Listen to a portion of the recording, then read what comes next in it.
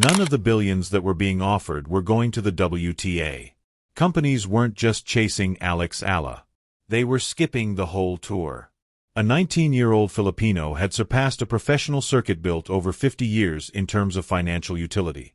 Nor by ranking dominance, nor by Grand Slam dominance, but by something much more dangerous to the establishment. Unbridled cultural attraction. Furthermore, the tennis community did more than just raise eyebrows when the financial figures began to surface. It did not breathe. Because there was no sponsorship story taking place. There was a change in power. A small-scale corporate revolution wrapped in a tennis skirt. Additionally, the WTA was unaware of its strategy. You'll see why the most important battle in women's tennis at the moment isn't taking place on any court if you stay focused. A particular kind of athlete transcends its sport before it appropriately recognizes them. It was Muhammad Ali. It was Serena Williams. And now, Alexandra Eala is doing it on a scale that includes business boardrooms from Manila to Manhattan, completely overhauling their marketing strategy, whether the WTA institution approves or not. Eala brought something to professional tennis that no coaching manual teaches. She was born in the Philippines, brought up under strict discipline, and trained at the Rafael Nadal Academy in Mallorca. Her story resonated with billions of people in Southeast Asia, Europe, and the Americas at the same time. It was a true cross-continental, multi-generational story. What marketing executives covertly refer to as a great cultural convergence was produced by this combination: the underdog location, the elite European training ground, and the contagious personality. Long before the rankings caught up, businesses took note. Eala's social media following had surpassed that of many players with higher rankings by the time she was making waves on the WTA Tour. She had higher than average Instagram interaction rates for a tennis player. They were powerful enough for any athlete, anywhere in the world, in any sport. True audience connection is measured by brands through genuine communities' emotional investment rather than just follower counts. We are looking at data that required their analysts to verify the information twice. Sports companies, high-end watch manufacturers, tech giants, and telecom companies with sizable Southeast Asian customer bases. They were actively competing rather than just being interested. Discussions were progressing from exploratory discussions to significant financial pledges behind closed doors. Notably, these conversations were not taking place via WTA partnering channels.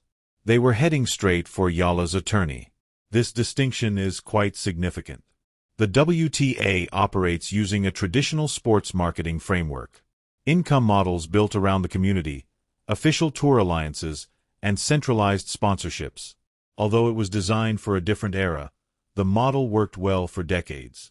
Before, a single athlete can attract more online interest than the entire company's promotion of her. Eala stood for all that the previous model had overlooked, player whose personal brand gravity was completely removing sponsors from the tour's orbit. Just by appearing and engaging with people on a frequency that WTA's institutional voice was unable to match, not by disagreement or conflict. There were more and more murmurs in tennis circles. Brand partners began informing agents representing other players that budget allocations were being examined. Rejuvenation recommendations started to get more subdued responses from tournament sponsors. Women's tennis wasn't losing money. It was concentrating on a single, distinct point of cultural gravity. There was a name for that point. There was a backhand to that point that might disrupt conversations. And that was only the beginning. When was the last time a teenager forced billion-dollar companies to completely reconsider their approach to sports marketing? Because it was already there at that point. There is a technique for numbers to get out of rooms. They were never meant to leave. The figures pertaining to Alex Eala's individual sponsorship portfolio that were being discussed in private conversations weren't minor endorsement agreements. Professional tennis players outside of the top 10 typically secure mid-tier settings like this. A player who is still rising in the rankings, was placed in commercial negotiations typically reserved for veteran Grand Slam champions due to a type of financial commitment that was revealed in secret term sheets in preliminary agreements.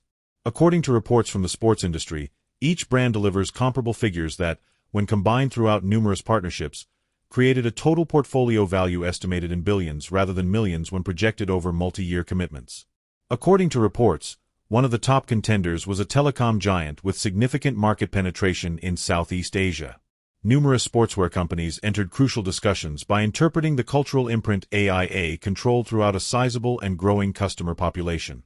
She was considered indispensable by tech companies looking for genuine ambassador voices in emerging areas.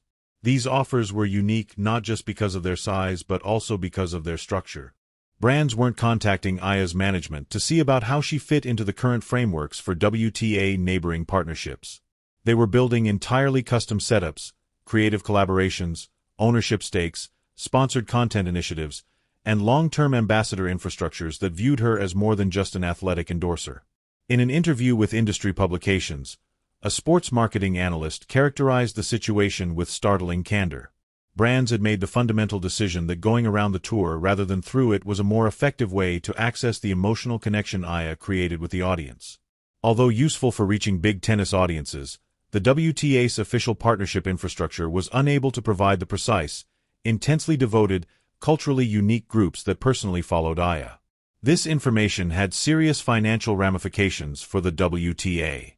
The collective loses power when businesses shift sponsorship funds from organizational alliances to individual athlete agreements outside of tour facilities. Visibility is lost for other players.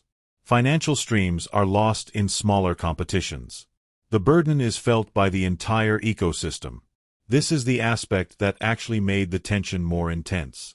This situation wasn't created by AIA. She wasn't taking an antagonistic stance against any organization. Rather, her representation was merely using the right business strategy to address extraordinary market demand. That isn't a revolt. That's business. However, the WTA penalties were the same for all purposes. Tour execs were having heated conversations behind closed doors. When one of its own members is now a more desirable individual investment than the group platform, how can an organization maintain sponsorship significance? In order to accommodate an athlete whose personal audience outweighs institutional reach, how may commercial frameworks designed for a pre-social media context be reorganized? These were no longer speculative strategic inquiries. They needed answers very away. And the WTA seems to be looking for the answers far too slowly for reasons that will eventually become very public. Whether AIA deserved these offers wasn't the big question.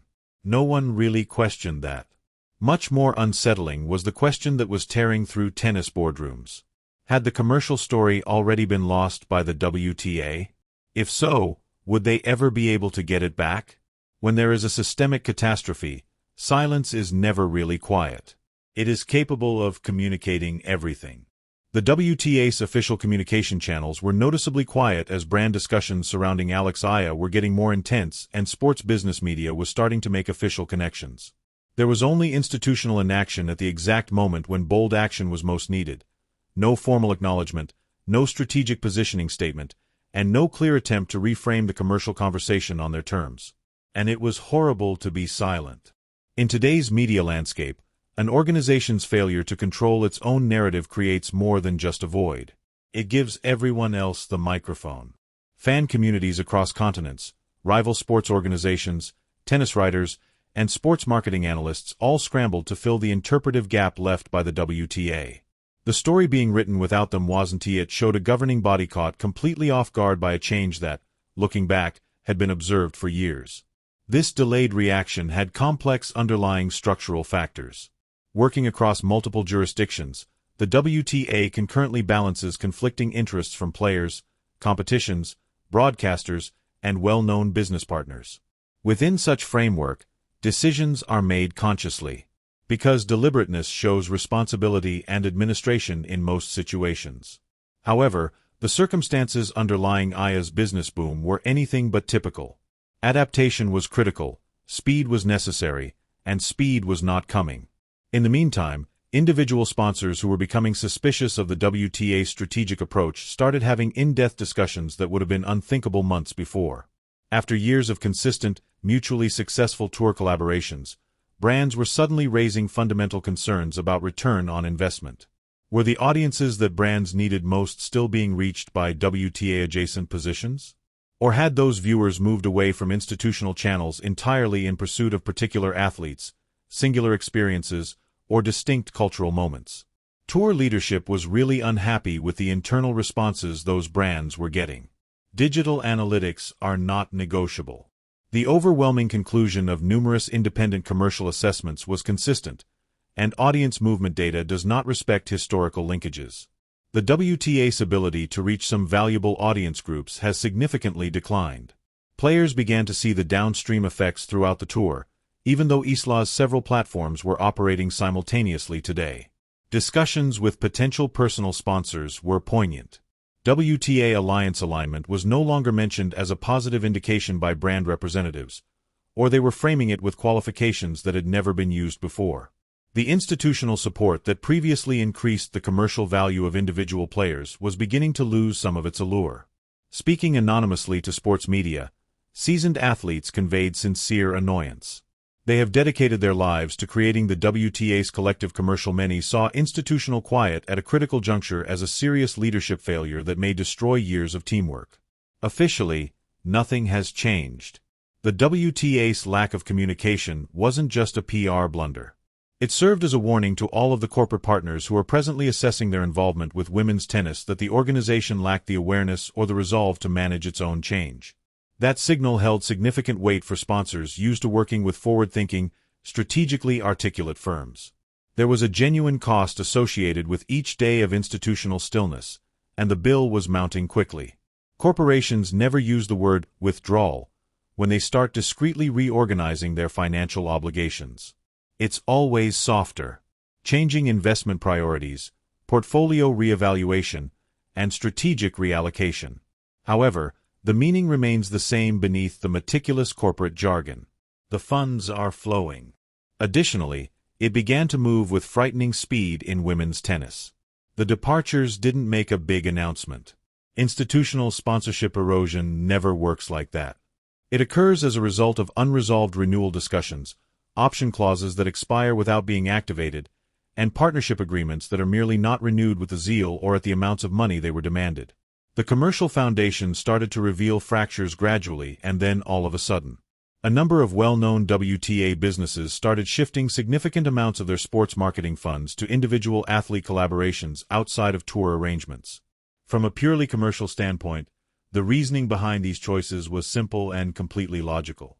Metrics of audience involvement with particular players, with EALA being the most striking example but not the only.